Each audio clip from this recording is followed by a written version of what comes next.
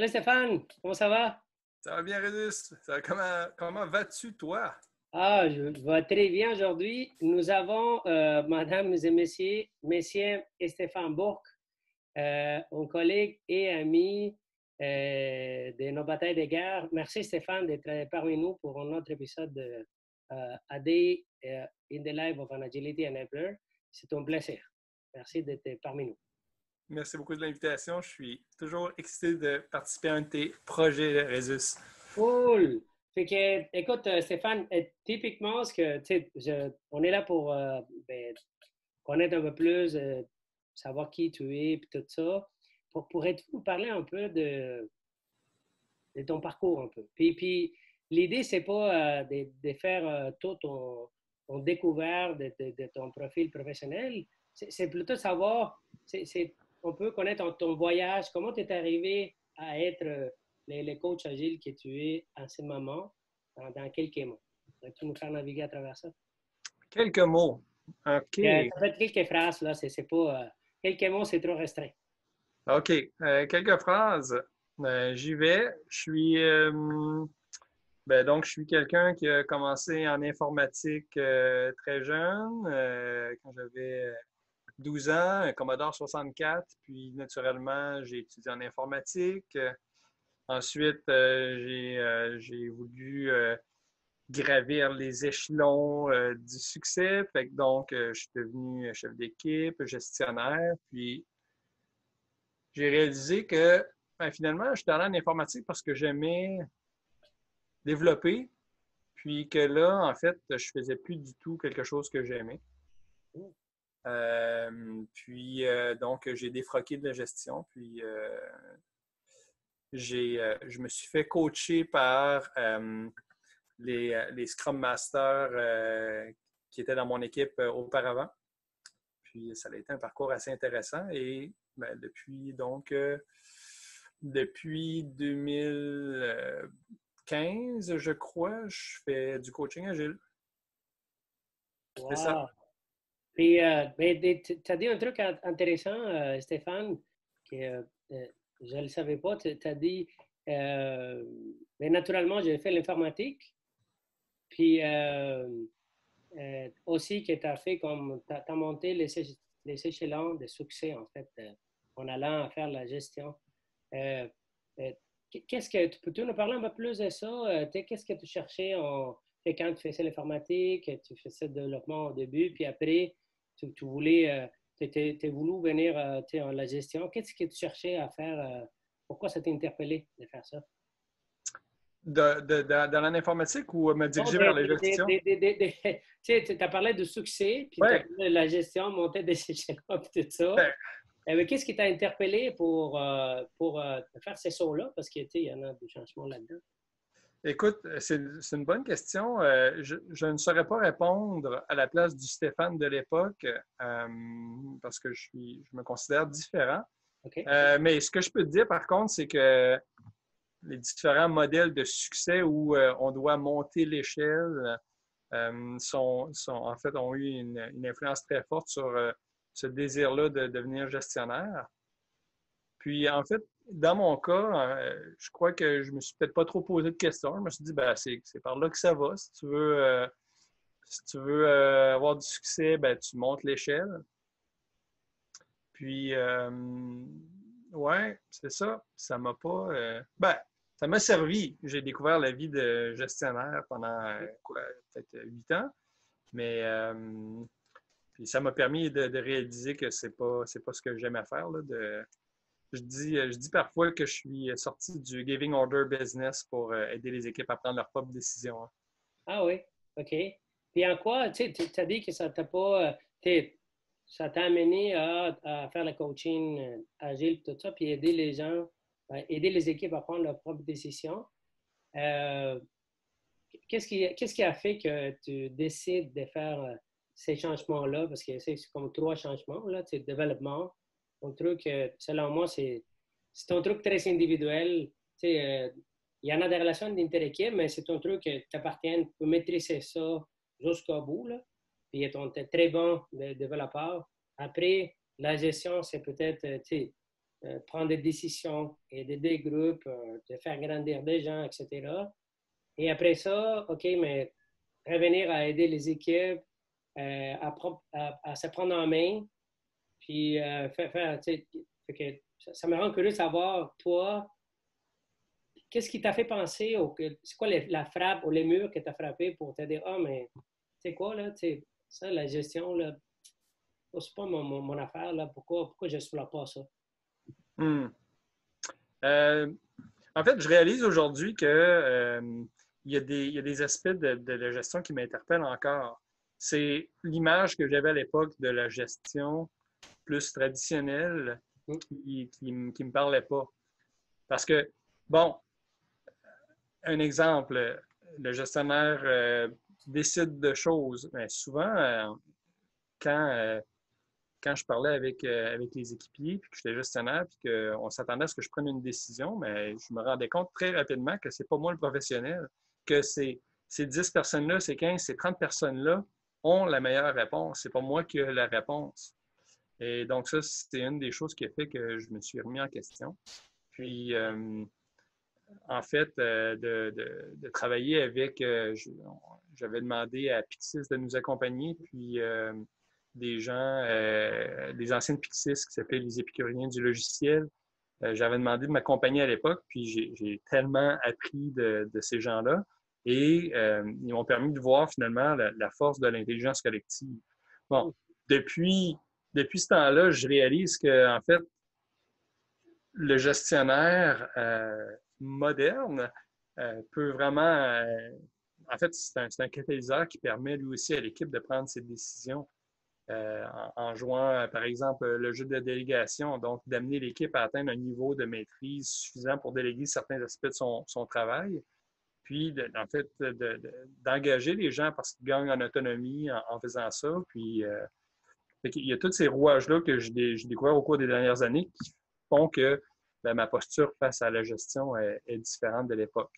Et donc, pour répondre à ta question, Résus, qu'est-ce qui m'a amené à l'agilité? C'est que le modèle mental que j'avais du gestionnaire à cette époque-là, dans l'organisation où j'étais, ne cadrait pas avec mes croyances. OK. Puis puis tu me diras là, si je croise des terrains, des territoires privés ou des trucs comme ça. Euh, tes valeurs, tu parlais de tes valeurs, les choses qui t'interpellaient, tout ça qui t'ont fait comme ça. Prends la décision de venir à taper sur l'intelligence collective. Mm-hmm. Tu nous parlais de quelles sont les valeurs de Stéphane Mm. qui l'amènent à être la personne que je connais. Pour moi, les valeurs, c'est changeant. Hein? Donc là, je peux te parler de mes valeurs aujourd'hui, puis si on Oui, a la oui. discussion la semaine prochaine, ça risque de, ça va en fait, Ça c'est évolue. intrinsèquement lié avec les besoins d'un individu. Mhm. Euh, je te dirais qu'en ce moment, pour moi, les valeurs qui sont importantes pour moi, il y a tout ce qui a trait à la contribution. Donc, d'avoir un impact puis de contribuer à quelque chose de plus grand que moi. Les valeurs de collaboration. J'attache beaucoup d'importance à la collaboration. Je trouve, on a des belles En effet. collaborations au travail, ouais. Je veux développer ça parce que, en fait, c'est un besoin que j'ai, puis en même temps, je suis parfois maladroit dans mes collaborations, fait que je veux travailler cet aspect-là. Ensuite, quoi d'autre que j'ai comme valeur?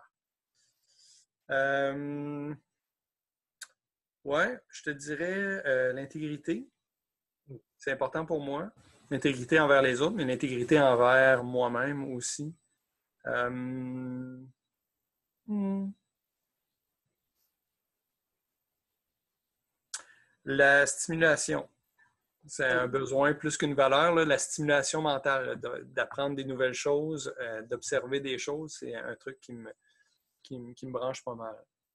Puis, je découvre dernièrement, je trouve très goûteux les aspects de célébration avec ce qui se passe en ce moment avec le COVID-19, d'être à la maison, mais d'avoir des petites célébrations impromptues avec ma fille qui est aussi à la maison. Donc, une petite fête, on va jouer dehors sur l'heure du lunch ou je prends 10 minutes entre deux meetings pour pour faire une petite partie baby-foot ou un truc du genre. Là. Ça, c'est quelque chose que j'apprends à goûter et que j'aime beaucoup. Wow, puis c'est riche, Stéphane. Merci. Je, tu piques ma curiosité pour aller un peu plus loin. J'ai, comment tu utilises ces valeurs-là pour aider des équipes? Comment ça s'exprime, en fait? Tu parlais des collaborations, tu parlais de la célébration, en fait. Aussi, tu as donné des exemples avec ta famille, ta fille. Mais aussi avec des équipes. Comment tu utilises cette envie d'apprendre et de naviguer à travers toi-même pour faire ce que tu fais, en fait? Hum. C'est une bonne question. Si je comprends ta question, Régis, en fait, c'est comment j'utilise ou je mets en application mes valeurs personnelles pour aider Oui, les équipes. Hein? oui, en fait, parce que tu sais, je te demande ça parce que dans les autres interviews, tu sais, je ne sais pas si on réalise tout ce qu'on nous fait ça en tant qu'animateur de l'agilité.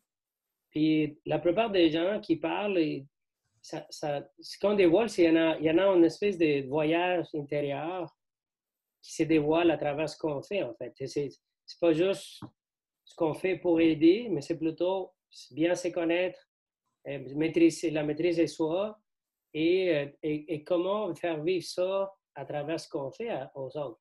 Là, ça me rend curieux de savoir, toi, comment tu exploites ta beauté en tant que personne, ce que tu aimes dans la vie, comment tu fais vivre ça à tes équipes chaque jour. Écoute, ayant la croyance que nos besoins, puis même mes besoins à moi, changent dans le temps et donc les besoins de quelqu'un d'autre vont être différents des miens. Je pense, en fait, comment j'amène ça au travail, c'est que je vais faire des choix où je vais poser des actions qui vont être en lien avec mes valeurs à moi. Et je ne veux surtout pas imposer ces valeurs-là aux autres. Alors, alors puis j'ai eu des exemples puis des rappels récents encore où, à un moment donné, je vais avoir une émotion forte qui va sortir parce que, bon, j'ai tel ou tel besoin qui est comblé par un événement qui vient de se passer. Puis à côté de moi, puis là, tu vas savoir de quoi je parle. À côté de moi, ben c'est l'inverse. C'est quelqu'un qui vit qui vit un drame. Puis c'est d'autres valeurs, d'autres besoins qui, eux, ils sont laissés en plan. Fait que ce que j'essaie de t'expliquer, Régis, c'est je me pose pas tant cette question-là. En fait, j'amène ce que j'ai à amener. C'était toi-même, puis voilà. J'essaie d'être authentique, puis j'essaie aussi d'être quand même à l'affût de ben est-ce que ce que je suis en train de vivre est en dissonance avec les gens autour de moi? OK, fait qu'il y en a, aide-moi là, il y en a une espèce de, parce que, tu sais, c'est pas, c'est intéressant ce que tu t'amènes. C'est comme si tu t'amènes toi-même, t'es toi, puis en étant toi-même, là, tu vas faire un check-in avec toi. Je te connais, mais les autres te connaissent moins, là, ce qui va regarder les vidéos, qui essaie de voir comment rendre visible ça, parce que je trouve ça beau. Euh, c'est que tu vas être à l'écoute de ce qui se passe pour te rendre service à toi, pour être en sync, mais aussi rendre ça visible aux gens avec qui tu accompagnes pour les amener ailleurs. Est-ce que j'ai bien compris? Oui, c'est quelque chose dans ce sens-là.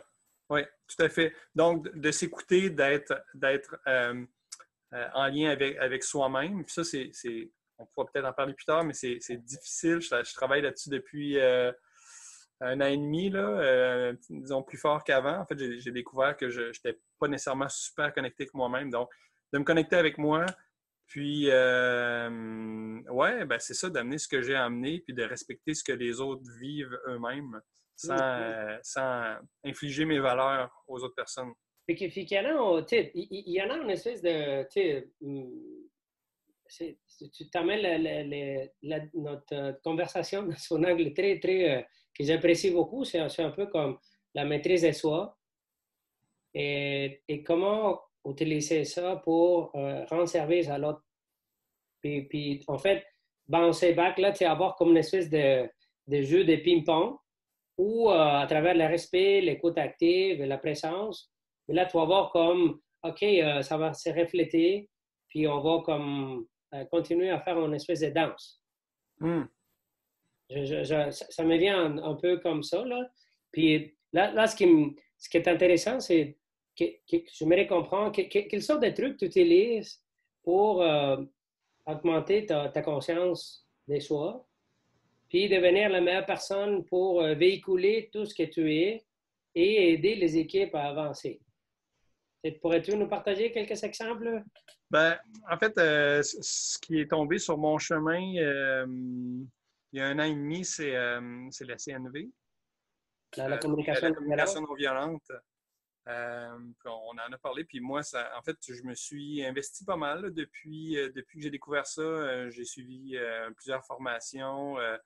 J'ai j'ai une copine d'empathie. On se rencontre régulièrement, là, en virtuel forcément, là, mais pour faire ce qu'on appelle de l'écoute empathique. Donc, l'écoute empathique, c'est vraiment être à l'écoute de l'autre personne, de ses sentiments, de ce qu'elle vit, puis des besoins qui sont en dessous de ces sentiments-là. Et pour être en mesure de faire ça, ben, il faut soi-même remplir sa bonbonne d'empathie. Je te donne un exemple. Si quelque chose qui se passe avec un équipier, puis que moi, ça vient frapper mes valeurs, mes besoins, puis que je suis en colère, ben le coach en colère qui intervient pour aider l'équipe, ça ne va pas faire une super bonne job. Donc, pour me donner je vais me donner de l'empathie à moi-même. C'est bon, OK, qu'est-ce qui se passe? Qu'est-ce qui est vivant? OK, là, j'ai de la colère, j'ai de la frustration. Pourquoi? OK, ben quand telle personne a fait telle chose, ça a laissé en plan mes valeurs de collaboration, par exemple. OK, parfait. Il y a ça qui est vivant. Mon besoin de collaboration n'a pas été comblé. Je l'entends. Je te garde une petite place à côté de moi. Puis, OK, comment je fais pour repartir puis travailler avec l'équipe, là.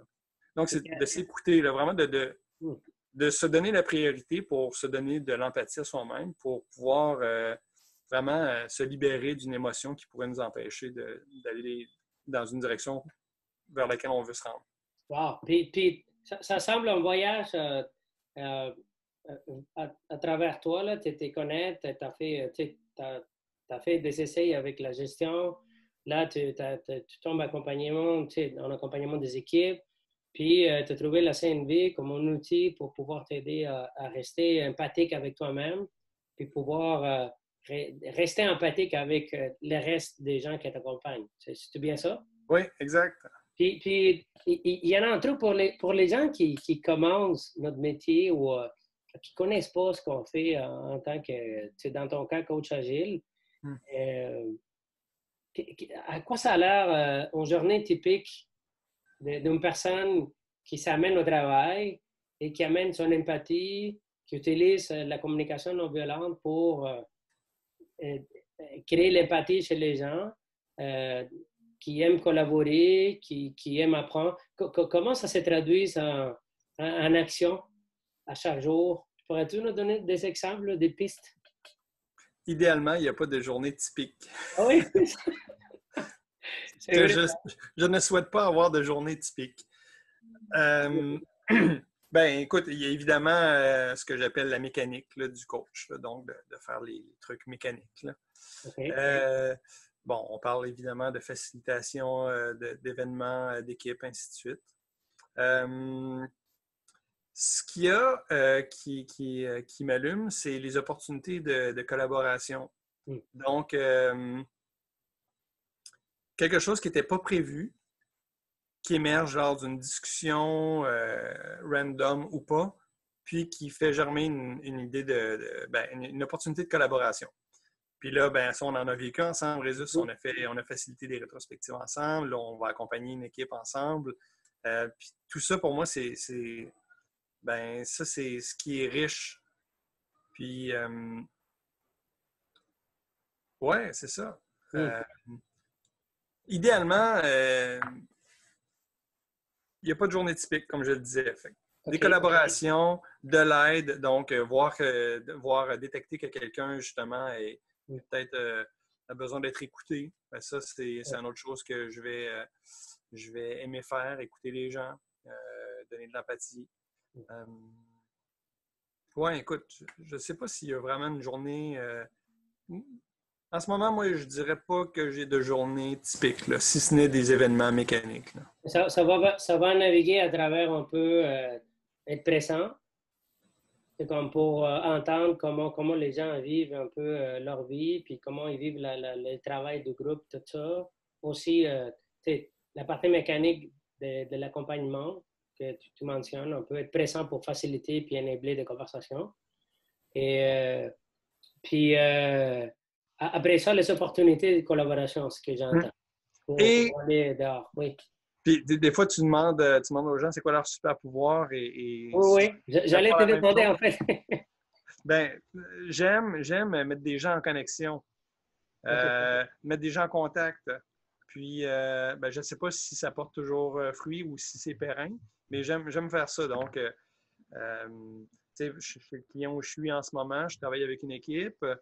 Puis, il y a une autre équipe qui fait quelque chose d'assez similaire. Donc, j'avais proposé de se rencontrer puis d'avoir des discussions. Puis ça fait que maintenant, ils se rencontrent, puis ils échangent, puis ça crée entre eux des opportunités de collaboration.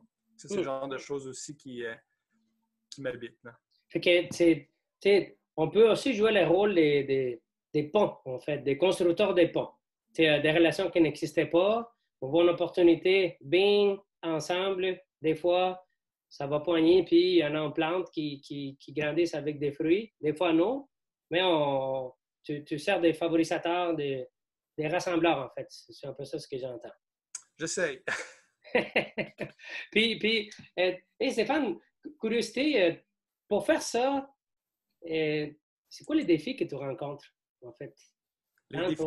Les défis, quels sont les défis les plus, les plus, qui interpellent le plus dans les travaux que tu fais comme Agility Enabler? Qu'est-ce que tu trouves là qui est comme, wow, il faut travailler ça, il faut travailler ça? Qu'est-ce qui t'interpelle de ça? Ben, défis. Il y a, en fait, les plus gros défis que je rencontre, ce sont des besoins que j'ai qui sont énergivores un peu. Comment ça? Ben, comme par exemple, des fois, en me donnant de l'empathie, je réalise que souvent, je vais prendre une action ou ne pas prendre une action en fonction de besoins qui sont en dessous. Des fois, je vais prendre une action parce que j'ai un besoin de réalisation qui va être fort. Donc, d'avoir un impact ou de voir que j'ai amené un changement. Ça me fait du OK. bien. Ça te fait du bien individuel. Et pourquoi ça me fait du bien? C'est parce qu'en dessous, j'ai un besoin de confiance en moi qui est pas assez, qui est énergivore, qui dit j'ai faim, j'ai faim. Puis là, les stratégies que je vais utiliser, c'est de prendre des actions pour nourrir ça. Puis des fois, ce n'est pas nécessairement au service des équipes ou des gens qui m'entourent. Okay. L'inverse est vrai.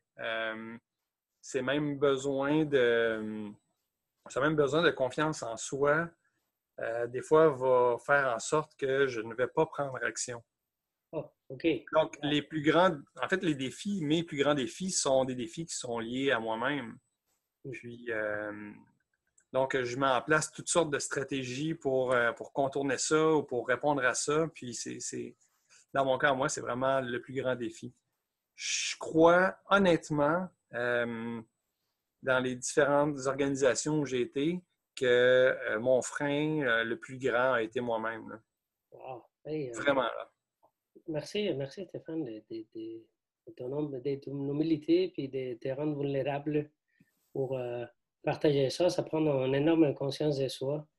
Et en te connaissant, une belle personne comme celui que tu es, pour savoir, pour reconnaître que le plus grand défi, c'est nous-mêmes pour avancer.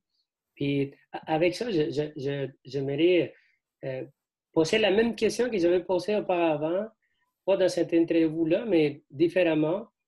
Euh, à quoi ça a l'air le succès pour un coach agile? Et de quoi ça a l'air? Comment tu dessinerais ça? Comment tu le décrirais? Le Hmm. succès? Ben, mon succès, je crois, passe par les autres, right? En tant que, tu sais, Je ne sais pas, leader. une question comme ça parce que la dernière fois, je l'ai posée, c'était raconte-moi une histoire de succès avec une équipe. Et quelqu'un m'a renvoyé la question, me dit ça, mais est-ce que mon succès, c'est ce qui soit à quelque niveau? Tu sais, il y en a plusieurs réponses qui ont venu. Fait que, moi, j'aurais envie d'explorer avec toi, puis il nous reste à peu près comme 5-7 minutes. Hmm. Euh, je veux savoir, toi, ça a l'air de quoi le succès d'un coach agile qui accompagne une équipe ou multiples équipes dans des organisations? Comment tu peux goûter à ça selon la version Bourque? La version book. Ben, pour que ce soit goûteux, pour moi, idéalement, il y aurait des observations, puis il y aurait un avant-après, mais je veux dire, je Tu l'as-tu vécu? pense que mon succès. Tu l'as-tu Pardon? vécu? Tu l'as-tu vécu pendant ta carrière? As-tu vécu les succès d'une certaine façon que tu puisses faire c'est comme ça que j'ai vécu les Ben, succès? pour moi, souvent, c'est ça, c'est du ressenti. Idéalement, il y aurait des belles métriques partout où tu peux comparer, mais c'est pas nécessairement ce que j'ai vécu. Puis, ben, quand tu te mets à mettre des métriques, ben, le système va faire en sorte que tes métriques vont devenir belles, là. OK. Fait fait euh, moi, Mais si vraiment, on parle, c'est des gens. oui. Moi, ce qui m'a. Pour moi, là, quand je sens que j'ai du succès, puis, tu sais, when I feel good about my contribution, c'est quand j'ai du feedback d'équipiers qui me disent Hey, tu sais, un an après, ils viennent te voir et ils disent Hey, tu sais, ce que tu m'avais dit, on l'a mis en application, on a fait ça, puis ça a donné tel résultat. Ça, c'est un signe de succès. C'est aussi d'amener les gens là où ils ont envie d'aller, puis de leur faire découvrir que ben, tu vas aller là et il y a toutes ces autres possibilités-là. Maintenant, où est-ce que tu aimerais aller, puis comment on peut faire pour y aller, là? Wow. Et je n'ai pas la réponse à ça, puis ça, c'est vraiment très, je veux dire, je pense que c'est très contextuel, puis c'est propre à chaque personne, à chaque équipe, à chaque organisation. OK, Il y a, oui, vas-y. Vas-y. puis il y a un coach que j'apprécie beaucoup, de qui je suis assez près, qui, lui, a l'habitude de, s'il sent qu'il ne contribue plus ou en fait que le client qui l'accompagne stagne et ne veut plus avancer, ben, il va s'éjecter lui-même, là. Il ne va pas rester là juste pour pousser ou il va y aller au rythme que ceux qui sont accompagnés veulent aller, là. OK, c'est comme si Stéphane, les, les succès selon toi, c'est de voir à travers l'autre qu'il a grandi finalement, qu'il avoue des possibilités, qu'il a fait une découverte sur quelque chose. Ça peut être à travers toi, puis ça c'est mon interprétation, ou à travers un télévoyage que vous faites ensemble en fait. Mm. C'est un peu ça? Oui, et le voyage pour moi est vraiment super important là, parce que il n'y a pas de recette au succès. Il n'y a pas Je veux de dire, recette. on peut prendre on peut prendre le manifeste, puis en fait, le manifeste de développement agile est très utile, hein. C'est un beacon pour moi qui, tu sais, des fois, je le prends, je le regarde, puis je suis comme, oh, OK, là, je suis comme, je suis en train de m'en aller dans une autre direction, là. Fait que c'est vraiment, pour moi, c'est un beacon, c'est comme une lumière qui te guide. Et je crois que la plupart du temps, d'amener les équipes ou les organisations dans cette direction-là, c'est bon, mais le chemin pour s'y rendre va être différent. Puis ben, peut-être qu'il y en a qui n'ont juste pas envie d'aller là, puis c'est correct, là.